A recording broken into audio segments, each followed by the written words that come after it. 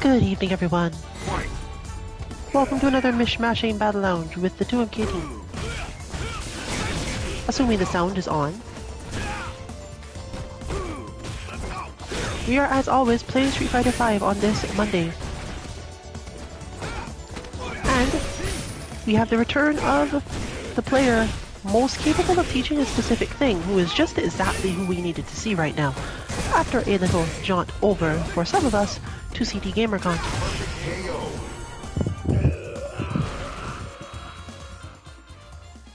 Zeku wins. But we'll of course have to see whether or not Materman stays around in order to end up having the discussion in the first place.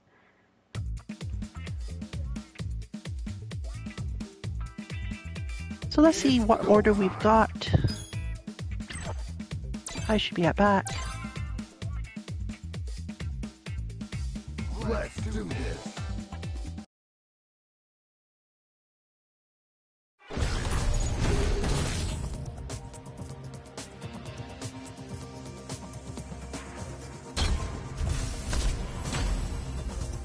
So we've picked up a lot of specific ways to train at our tournament, which is almost always the reason for going. Some members did relatively well, others got a lot of experience of specific kinds, but that is capped off today by the return of our Zeku. Well, not our Zeku, a Zeku that plays with us sometimes, apparently. Round one. Fight. Because it brought up a core concept of defense that doesn't actually automatically make itself available when you're playing online.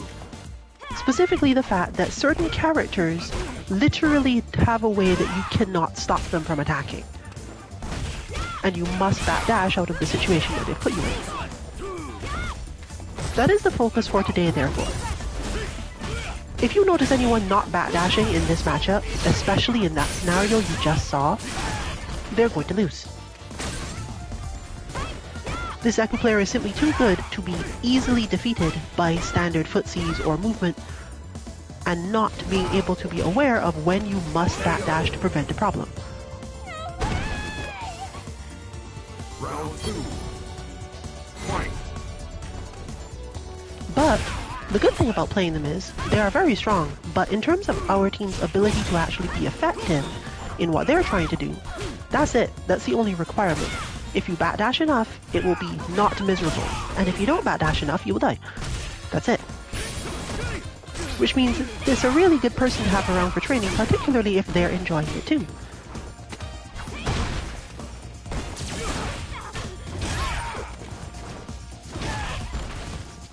And they're strong enough that it's unlikely that an instant defeat of them will happen, even if someone does manage to perform correctly. Final round. Fight. High damaging characters with setups that you cannot easily escape from by hitting buttons tend to be extremely devastating at higher levels of the game, because if you don't understand that you have to get your butt out of the spacing, you are just going to get utterly destroyed. And because the setup normally follows on from there, you don't get another chance at it either. That level of confidence, for example, the ability to just go, I don't actually care if you uppercut me, or even that I might get just pushed off of this pressure, is helpful. Because it allows you to think more about defense without necessarily having to be twitchy. Zeku isn't usually using any specifically execution testing thing that you must, hey, I must do this exact thing to counter it. It's most of the time simply that you have to either be realizing that you need to get out of the way, or defending properly with some other options such as V-shift or V-reversal. If you miss these things, it's not really because an execution test happened, but because your tactical ability was a little bit lacking. You were flustered, possibly, thinking about things that were happening in neutral, instead of letting yourself play neutral in a relatively calm way, and then keeping your eye on the backdash part. And this is great because, as we mentioned in a previous stream where this player was available, this is exactly what our Zeku bot is meant to teach you to do. Understand how to hit him without committing mentally to actually trying to get into position to it or chasing him around, because Deku is a very hard character to hit by nature. If your mind is too much on the idea of, I must hit him, as in land your hits, you're going to get beaten up. And he moves so quickly that if you miss your backdash timing, you're basically stuck there until he decides to let you leave.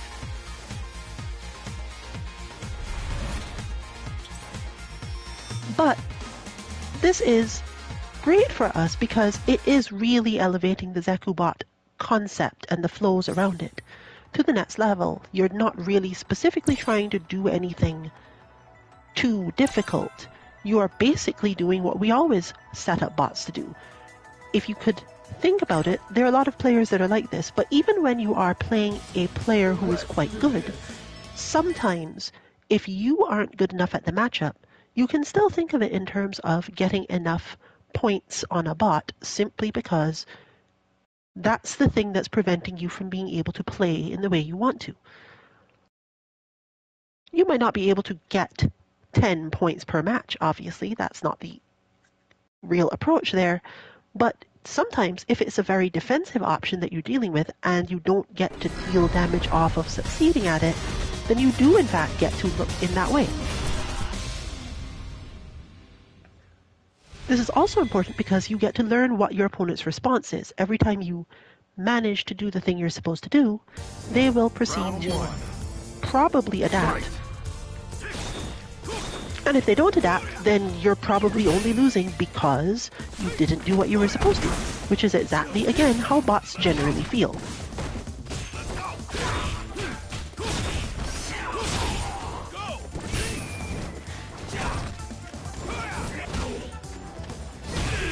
Because the destructiveness of a good Zeku is almost entirely based on this. And as you can see from that, this Zeku is very good. You explicitly get to do this for yourself and just measure, did you do well enough or enough at it.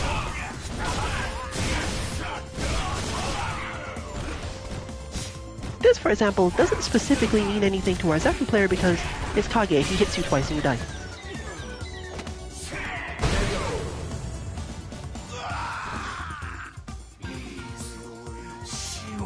Round 2. In fact, this is more so a reversal of the situation. If Miterman has a specific form of defense required against Kage, then it works. And if not, then the situation reverses. Specifically, for Kage, you need to dash forward. So either way, no matter who wins this match, it's pretty much the same for us.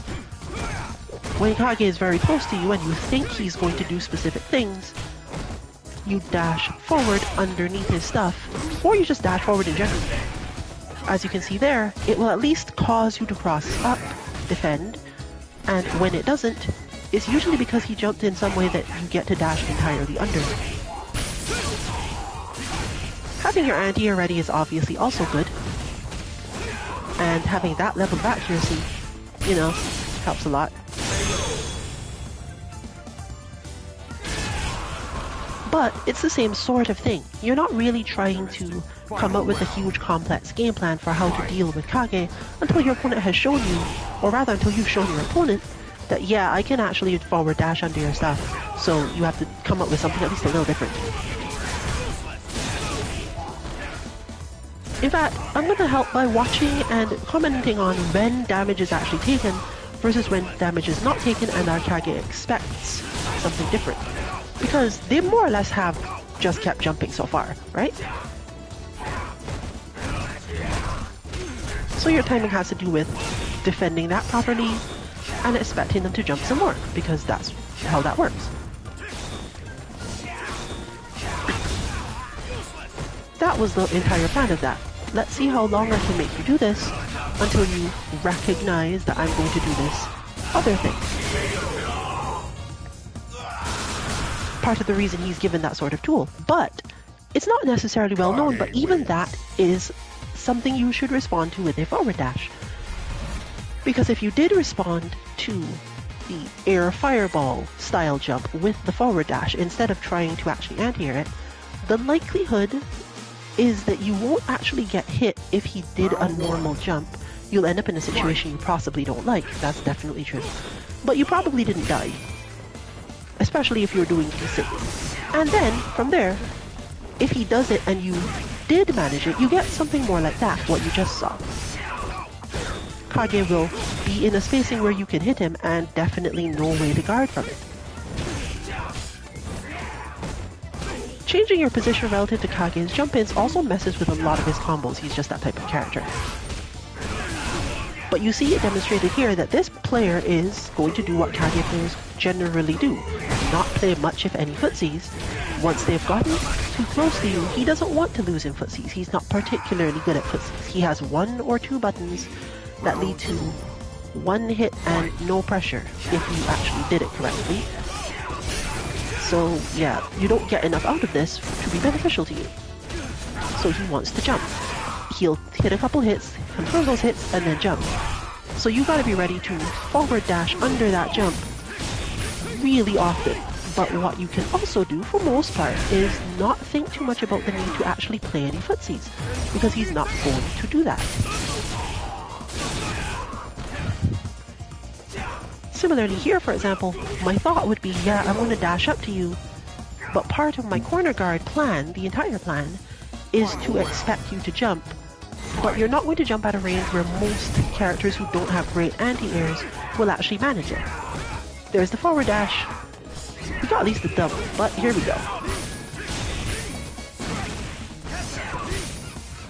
And while this won't save you from everything, it definitely saves you enough to change the flow of the match. I think I've seen Quicksand Jimmy before. But this player, Materman specifically, has enough control and enough damage that if they could consistently get that setup, it would work. But unfortunately, got lured into playing footsies for a moment, and therefore, that was the end. Kage wins. Players that have no intention of playing footsies and will jump over you to avoid it, when given a character that is good at that, such as Ken or Kage, or in some cases Colleen, will definitely be stressful, because the game teaches us, for most of our lower levels, you must anti-air, you must be ready to anti-air. It does not teach you much about the idea of dashing under things instead of anti-airing. But it looks like Materman was either only staying until the end of their own win streak, or probably goes off to train something relative to the matchup. Still, they hung around long enough for me to get the entirety of the description done, so I thank them for that. And we are now shifting into normal internal team combat, I guess.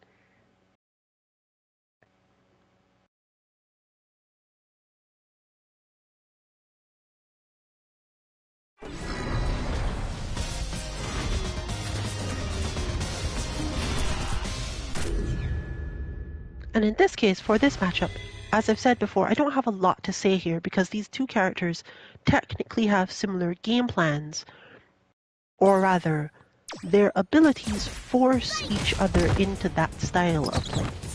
So we have Lucia, who can normally zone people out, but her fireball takes really long, and Nakali, who goes through fireballs. Round 1. Fight. So Nakali almost always has at least some way to advance, and they end up wanting to stay in close-ish proximity and mess with each other's spacing. There's really not much point in the game where neither of these characters can reach each other at all, so the flow ends up being about, can you control your own movement? And of course, he gets uppercuts. If you get too caught up in trying to hit the other person in this matchup, there's a chance that you'll do okay if they weren't ready for it, and you won't necessarily get hurt too much for it either, but it just tends to lead to a lot of missing each other in neutral, or low damage. I can also say from something not necessarily a match I actually saw, but an indication based on something else, that this actually applies at higher levels as well, because I have in fact gotten to watch the high level Natalia and Lucia separately.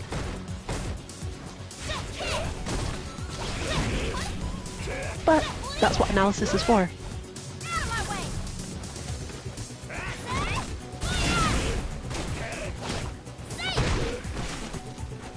So you get stuff like this, a match that is 80 seconds long, but both players are genuinely trying to hit each other. It's just that their spacings interact in a way where that often isn't true. They're neither specifically pressure-y characters nor specifically control characters.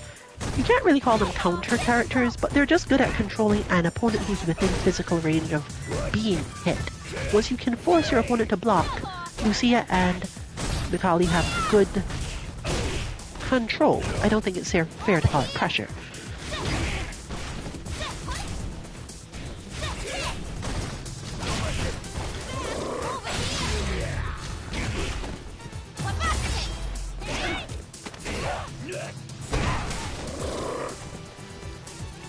So, as I said, not much to say. These two are used to practicing this by now. They have the idea of what exactly is supposed to happen.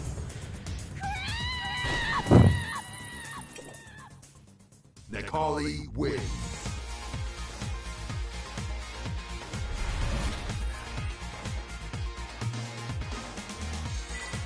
And therefore, I'm going to be on break for a little bit while we wait for things to rotate around to something else.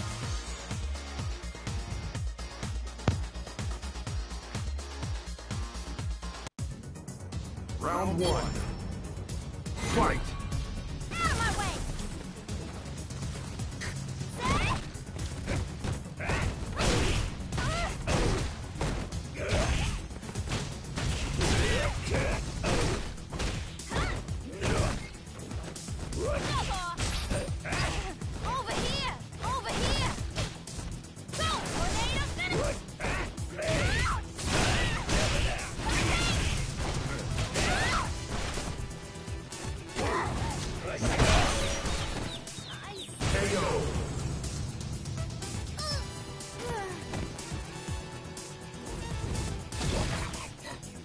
Round two.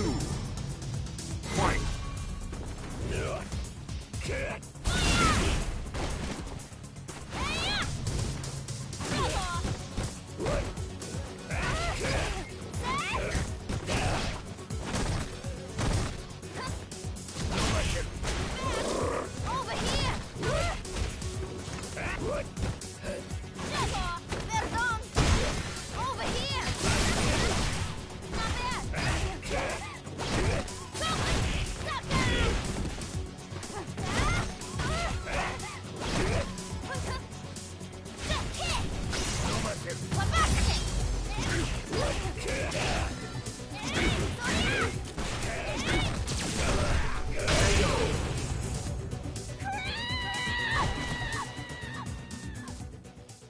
Nekali wins.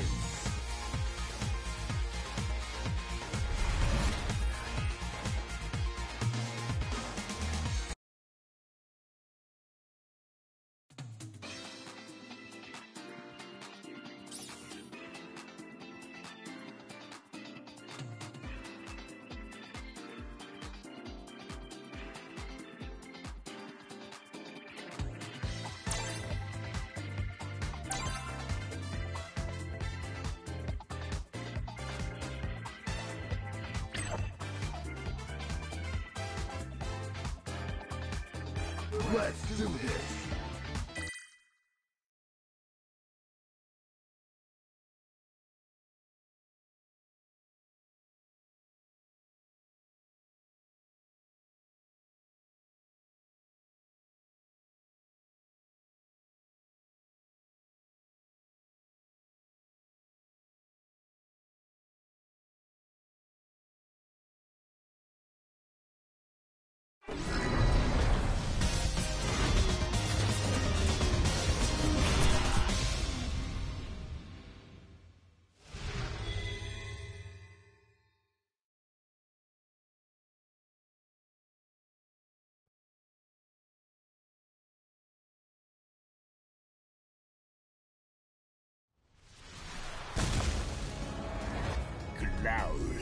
Round one.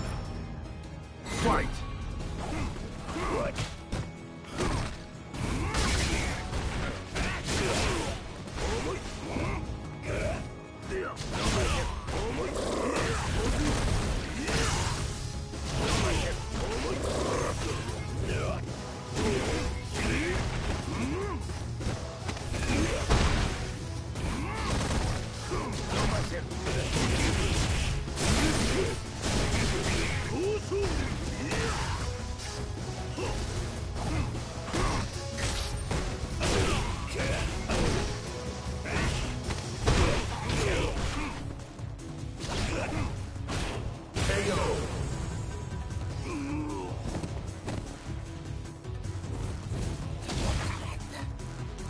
Round two. Fight!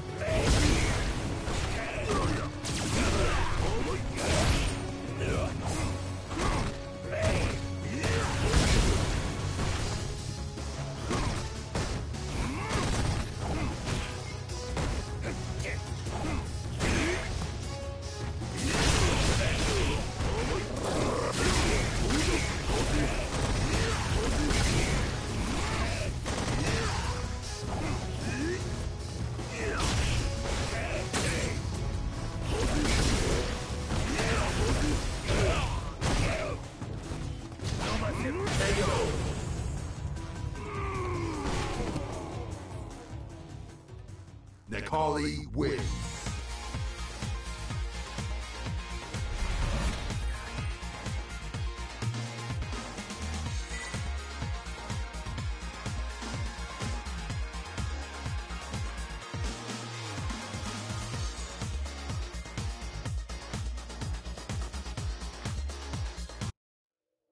Round one. Fight!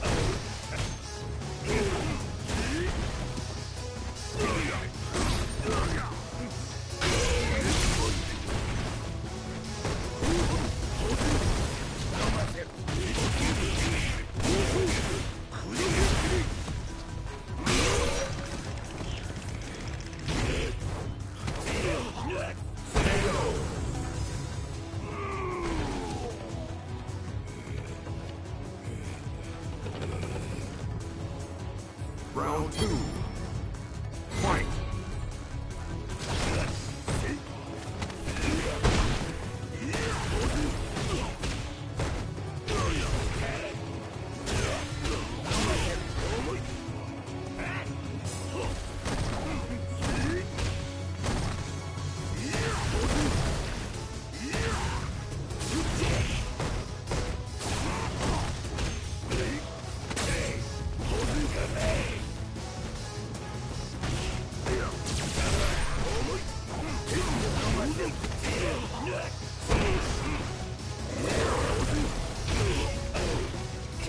Alright then, we have a fairly rough form of training set up now.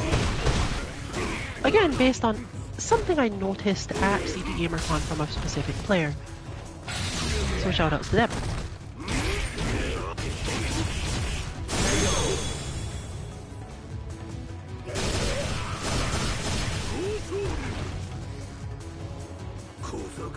Akuma, unlike the other Shotos, doesn't have an easy way standardly to make people jump.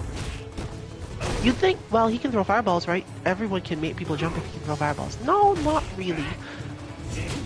Specifically, Akuma is a character that benefits a lot from anti-airing at specific spaces, but has no way to encourage the opponent to actually jump there because just using his various fireballs doesn't lead to the same sort of setups as characters with more conventional fireballs.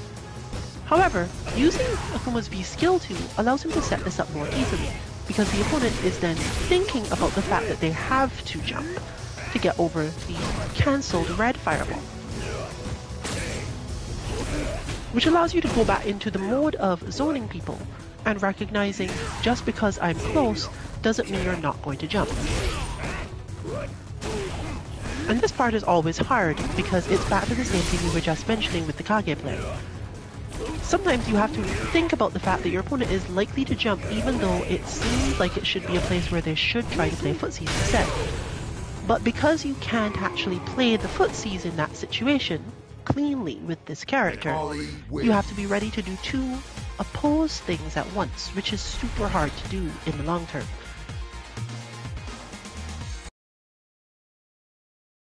The threat of zoning is the thing that makes people jump, not the actual zoning. Because if you were actually zoning people and forcing them to jump, what would normally happen is that they just neutral jump the fireball. They understand that most of the time, oh, I don't really care here. I just want to get away from the projectile because your zoning is so good. But when they want to get in and you end up therefore using the fireball just to make them jump over it so you can uppercut them, but also to lock them down if they don't jump, their perception shifts. Learning exactly how their perception shifts is a large part of what zoning as a core is, but it was shown to me that you don't really need to try to go play Ken or play Ryu or try to figure it out from that side with an unfamiliar character to learn all of the zoning tricks. Using Kuma's V skill 2, as challenging as it generally is, and cancelling the fireball correctly, will allow you to zone with Akuma in the same way that Ryu and Ken tend to zone, without as much work in the first place, honestly. He's just basically throwing out V-skill fireballs in the same way that they would sometimes want to use EX ones. While this doesn't make him stronger at zoning as a whole, because they have other things about them that make them better zoners. Ryu in particular has specific moves, ranges, and skills that make him a more powerful zoner than Ken, for example. The actual fundamentals of zoning, especially when your opponent doesn't actually have a really strong way to beat you in footsies, such as Nakali, who is more or less even with Akuma, slightly worse I think, your opponent will still want to jump, because it's easier to do that than to solve the riddle of which of the three things are you thinking about. They can force you to consider this by simply taking their most dangerous option and making you think about that first. This is something that really stresses people out over the long term in fighting games, particularly Street Fighter games. Probably why they've had some nerfs to the jump arcs in Street Fighter 6. Being able to just make your opponent constantly think about the fact that, yes, I'll just jump to solve my problem instead of actually engaging you, can stress out most mid-level players. And it's why we unfortunately had to devote at least half our bots to just making you understand the different ranges people will jump from and the ranges of their buttons, because even at tournament, that is what will happen. I definitely fought people in tournament whose primary concept with a footsie character at that was, I'm going to jump at you. And since I played Chun-Li, this was not great for me, because her anti-airs can sometimes be tricky, but really, it didn't work out all that poorly, because once I realized that that was the idea, for the most part, my opponent only had two modes. No disrespect to them, but they basically went either, I'm jumping, or I'm not doing anything. You win. So, based on my observations of Street Fighter 6 thus far, I'm not really expecting to see that happen quite as often. There are a lot more and somewhat easier ways to deal with the jumps, and the jumps themselves are less of a catch-all solution for the situation of, well, I'm in footsie range but I don't want to play footsies. But you are still going to have to deal with it, and we don't know what Akuma's options are going to be relative to this. Hopefully he just gets better zoning to go with it, or gets more controllable uppercuts or more controllable demon flips, which are also really great options for solving this as a character without necessarily giving him really good fireballs. They've been putting a lot of effort into making sure that you still have your V trigger through the form of at least one of your supers, if your character was really reliant on that in some previous game. And other than that, we haven't really seen much change from that perspective. If you had a V skill that was core to your character, well, too bad. There's no indication that they're making any effort to put that sort of thing in, and you can expect a lot of characters to either just receive the move outright or just not at all get the move, and that's just no longer part of your game plan.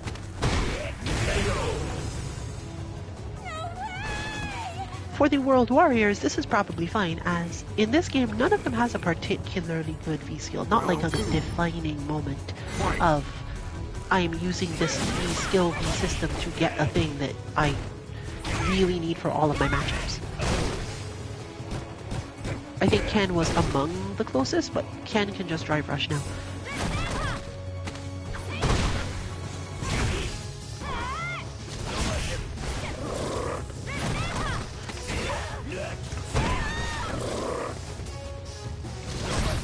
Whether or not this means that you'll have to spend quote-unquote just as much time training on anti-airs with bots when you do have 6 available, I can't really say. I will hope that it's not as bad, but you're still going to have to train against the same sort of thing because people will just drive rush you instead. There's always supposed to be some option that allows your opponent to put mental strain on you without necessarily being in a ton of danger. It's just that normally this is supposed to give you positional advantage. That's how it works in most other Street Fighter games. You get positional advantage instead of damage. And jumping didn't work out that way for a while. Which is why I wasn't completely clear why everyone was so upset about the jab anti-air game, since the zoning jumps that are effective now technically beat those anyway. But there were some cases where they did not, and I definitely agree with the fact that they just solved it by buffing the actual incoming hitboxes of those moves. And we can expect to see the same sorts of things in 6, I feel. If there's an issue with someone not being able to jump in, even if you do nothing against it, or if you just mash something and they tend to lose, by generality, you'll probably see a difference.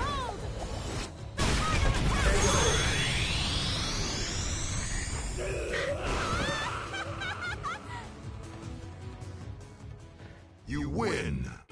Hopefully, one of the special training katas that we use for this game can be moved over more easily than I'm hoping it will. Specifically, we have a Laura kata for increasing your ability to anti-air, more or less. The way you think about things and the way that you flow through the movements on the ground can shift you around a lot.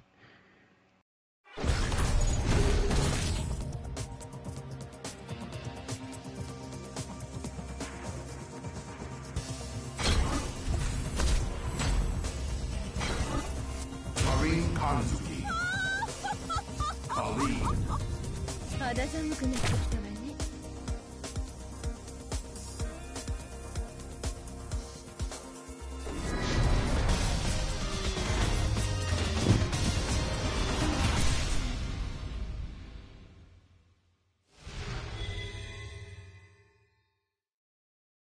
Ah, best stage.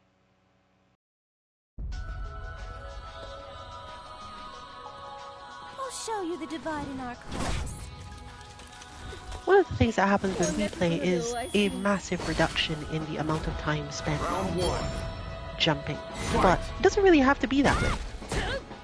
As part of training this weekend, I was able to show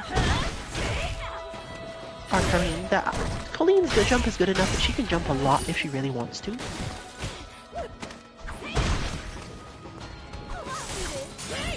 And use it to get out of situations that most characters don't have any options for doing that for, without being a much different style of character.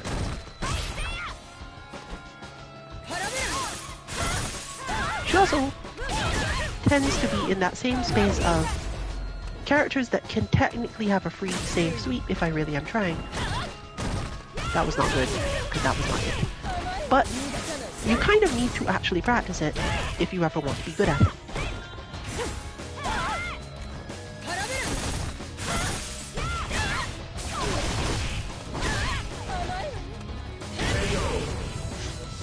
But I have so much confidence in that move that I figure I can back jump into a heavy kick, and the only approach my opponent can have is to actually be ready with ES uppercut.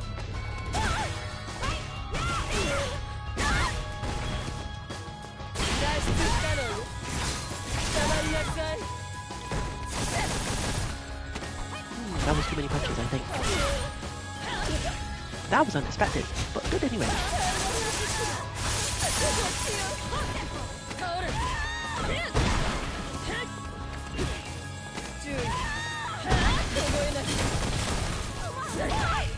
Ah, that's the wrong one.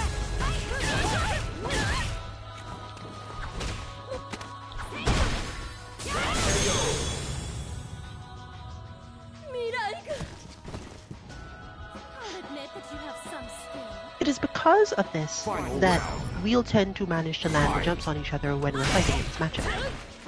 Because neither of us is expecting the other to jump, and neither character is terribly good at anti-airing, unless you're thinking about it.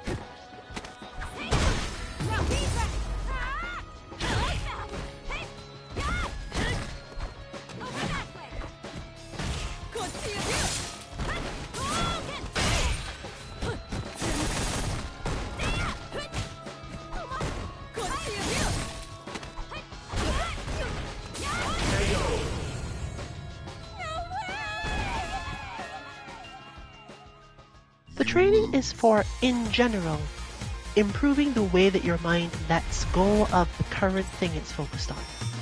The Laura Kata is primarily about realizing that the situation has changed and therefore it's okay to completely let go of the idea that you just had. Round 1. In this case, for example, I start the round thinking about crouch heavy punch anti-airs, and then immediately move to thinking about something else.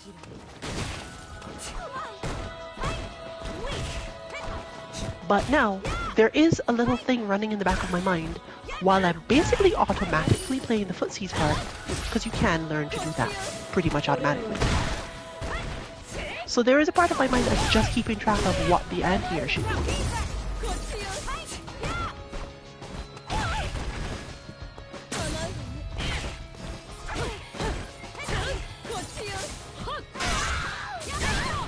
And similarly, you can see my opponent's mind is the same, just a little bit slower in this case.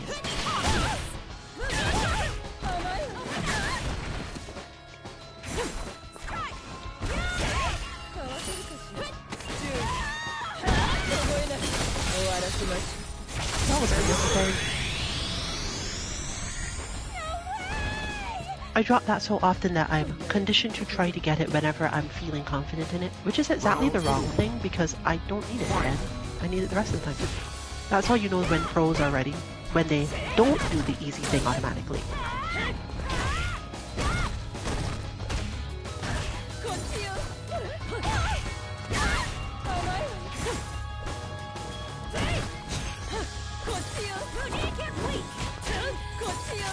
The winner of CD GamerCon was a relatively strong Gil who reminded me of something really important about this character type. You don't have to actually be ready to parry, or rather, you don't have to make sure your opponent can't punish you for every parry. Sometimes it's okay to go, this parry would not get punished hard enough that I need to care. So I'm just not going to worry about it, I'm just going to parry anyway.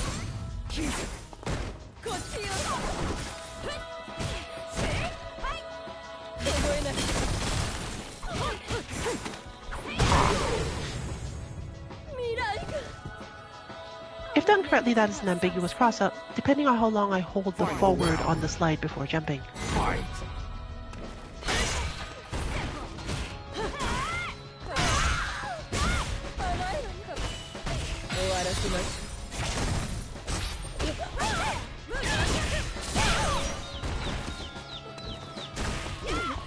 The better you are, the quicker you can do this for even tiny, tiny situations.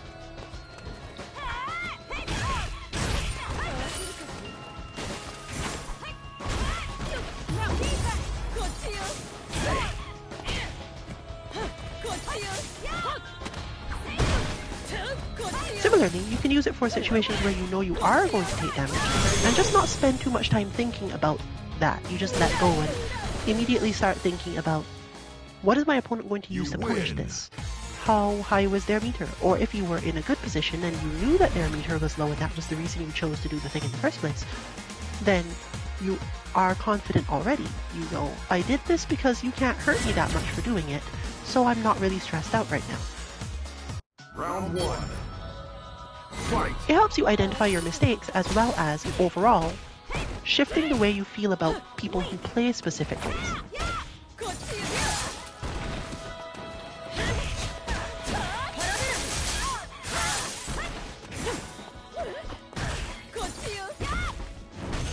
Ranges and things related to corner guard are also very important here.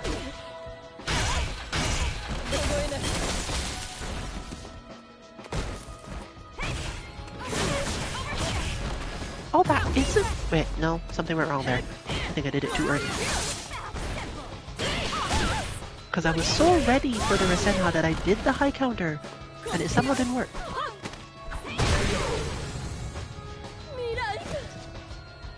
I'll admit that you have some skill. Round 2. Fight.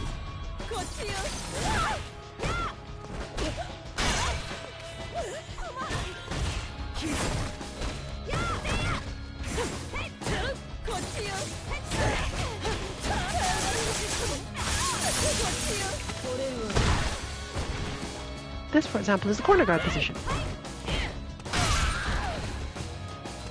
Because my opponent's best option there is to hit sweep, which is a thing I could just block.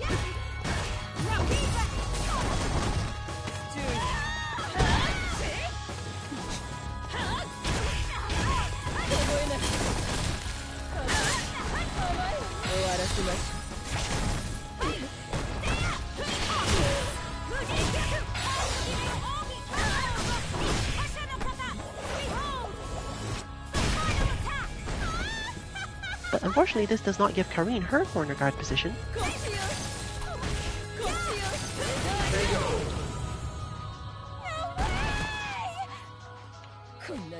And therefore, I'm automatically thinking about that. I'm not about to be corner guarded, I'm about to be in neutral with an opponent who has no meter.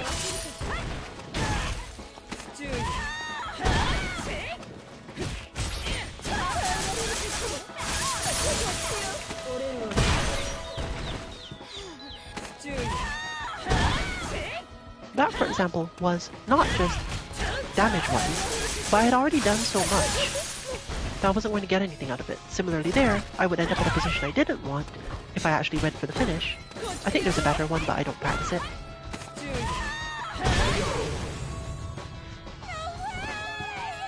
It's that sort of thing that elevates your play, not necessarily in the way that you don't take damage, but it changes the way you take damage. And changing the way you take damage in Street Fighter is really important for high level or tournament play, because your opponents at a tournament are generally not going to be quite so down on it that they won't know what to do.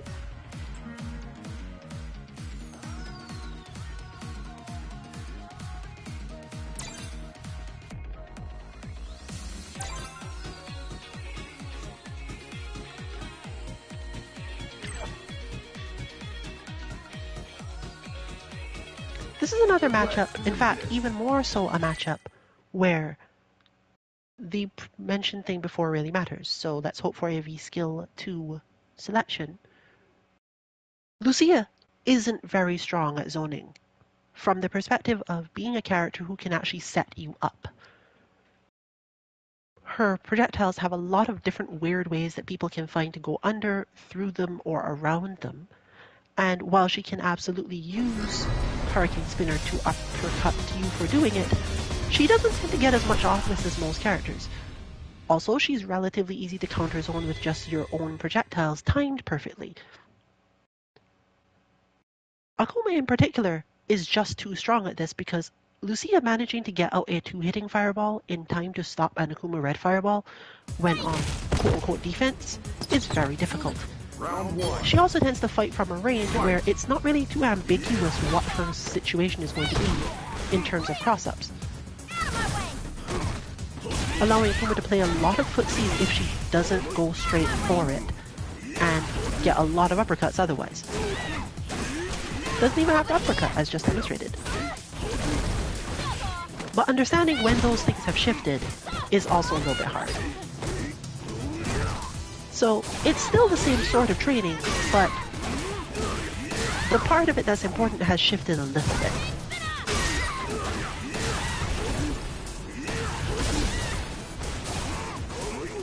I don't remember if that gives it enough juggle points to uppercut after it, but I think it does. But it might need to be EX uppercut. Round 2. I'm not really saying this because I expect to see that, or even need to, but just a thought for those watching that, hey, you might be able to get even more damage if you want.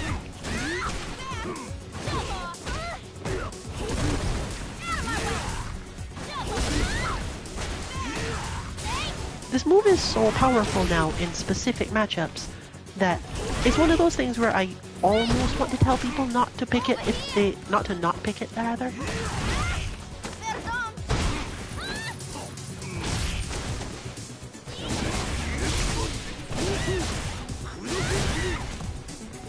Mainly because if you learn to manage your character's movement correctly, you end up with so much damage and so much capacity to activate your V-trigger, which then lets Akuma zone even better because he has red fireballs to do it with.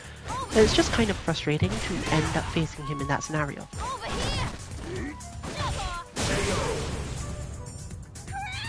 And similarly, that won't work simply because, yeah, I got hit, but you're not actually comboing me, you're going to throw me because it's basically the only thing Lucia does from there. And unless you decided, okay, I've slid, but now I'm going to guard, it's kind of dumb because you actually get a scenario where Akuma could try to uppercut you, plink the uppercut into throw, I think, and it's not, again, not an option select, but because of the way that the game reads inputs relative to time, Lucia's range will be quote-unquote auto-corrected. This is not a common thing for people to do in this type of game, but it is important to recognize that certain characters, even though they have a setup that seems like it will be very dangerous to you, you can just beat it because your character will do option A if they were in the correct spacing for that option, and option B if they weren't.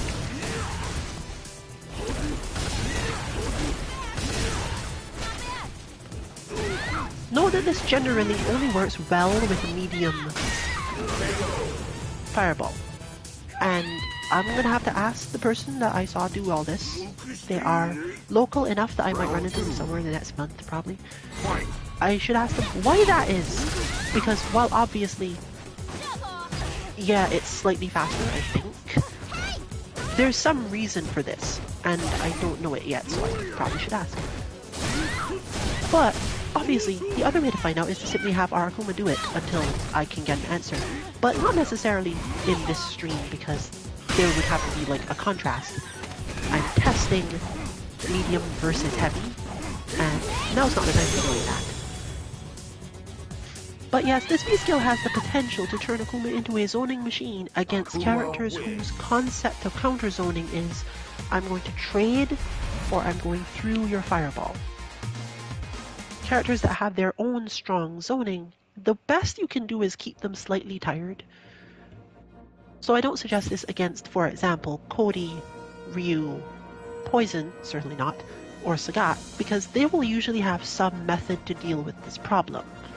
Nash, I don't know actually.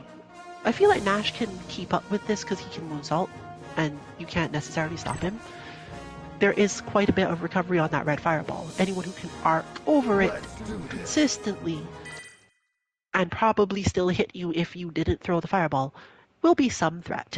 But we're talking Lucia, who effectively can go under stuff, and Nakali, who can only go through stuff. So it turns into Akuma is now a zoner if you need him to be, and the opponent, if they refuse to be zoned, and try to get around the fireballs become more vulnerable than if they were to not do that, interestingly. Because Akuma has to either commit to doing these, and red fireball is not that strongly advantaged, even with the charge as far as I know, and you don't get to push him back. So you're generally just hoping that you can bulldog in, but it's not super hard the way it can be with Guile, because you can at least mess with your jump arts and similar, which is what we saw before. Learning the exact spacing, therefore, at which to use the V-skill to get what you want, and other times in which you move to that spacing but don't use it because you're baiting your opponent into jumping because they're afraid you will, is the core of this gameplay loop style. In fact, it is really common to see that there are certain people who will just jump nearly every time because they're afraid of it going the other way. It's also kind of a problem because you could end up in a situation where the game is so simplified to you that your opponents basically never even try to play footsies, they just jump. But in a way, that's what a zoner expects, or should be expecting, until they get to relatively high levels, and people have even more advanced strategies for counter-zoning even this. But it is not common because it's not really easy to counter-zone this.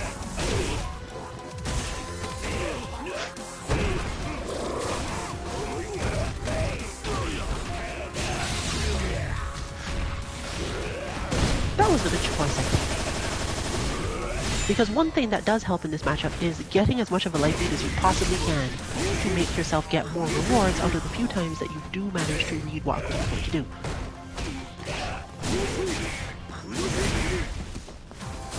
Unfortunately, it's not as effective when your opponent's already won round one, and they're mostly just, yeah, I'm just gonna use this time to build up some meter for the next round, where you don't have the option to do that. Final round. This is the point where tactics takes over in Street Fighter matches, I feel.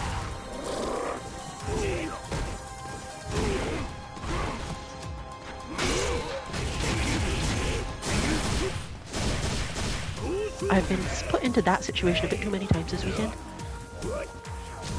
And I didn't even play that person that much.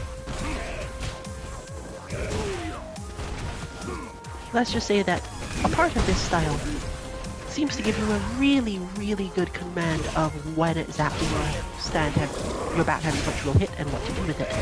So, yeah, I did not get away with that right off.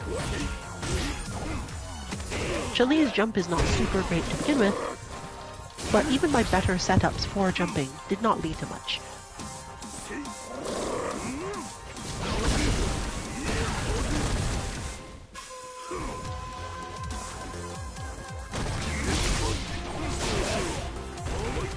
That was some good readiness for that one. But now we're back to the same situation.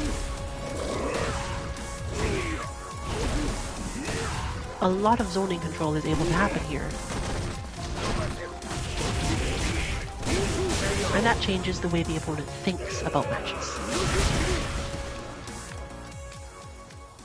Akuma wins. It's not that Nakali has no answers to this, by the way. It is mostly that Nakali's answer to this don't really involve beating the zoning. They involve getting in as close as you can from the beginning and perfectly spacing your stomps. Because picking the skill to does make Akuma weaker to stomp, and weaker to not necessarily, it's not fair to call it footsteps, because it's not really the thing that's happening. It's a strength against being in positions where things work out by Akuma hitting buttons.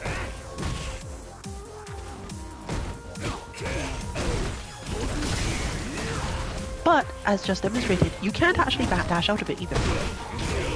So you have to not only stomp, but you have to commit to doing something after stomping. Which is kind of rough. Having Crawling Beast as an option to keep things going when you have managed to get a knockdown is a really good option as well. So, we already have some benefit here. But even that is a matter of mindset switching. I know that our Akuma has been definitely training on this for long enough that the backdash into uppercut might be a result of the training. but just being in a zoning mindset is enough for that. Because a zoner generally understands that their opponent doesn't have a lot of options in the first place.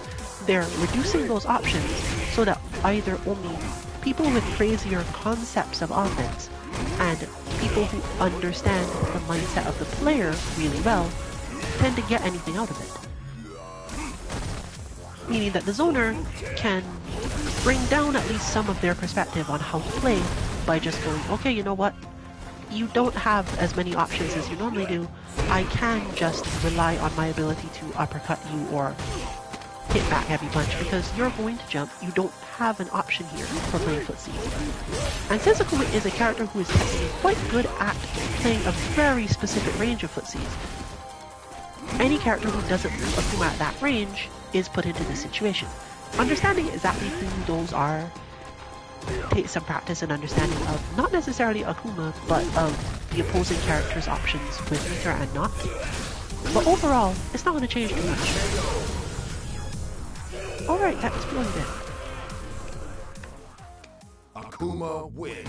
So, we basically come to the end of our stream. The match and lounge may go on a bit longer, but that's all I have to say for today. Hopefully it was helpful to someone. You can find all of our bots on our website 2-mk.org. And when Street Fighter 6 is available, we'll be hoping to put them up too. Most of the time you can probably just try inputting the Street Fighter 5 bot and see what happens. But that's all for tonight. This has been Rillian for Team 2MK. Good luck with your training and good night everyone.